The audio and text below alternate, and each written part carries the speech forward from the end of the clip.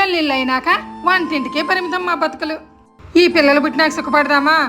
అది లేదు. వాళ్ళకి సాకి చేయడానికే సరిపోతుంది మా బతుకు. పైగా బయట బగబగబగాని ఎండలు. కాసేపు తలకాయ తీసుకెళ్లి ఫ్రిడ్జ్ లో పెట్టాలనిపిస్తుంది. ఏంటంటే చాలా హాట్ గా ఉన్నారు. హాటా గీట. ఇంకోసారి ఆంటీ అన్నావు అనుకో, రోడ్లు వేసి రోకలు పడతా నాకు పోట్లు వేస్తావు.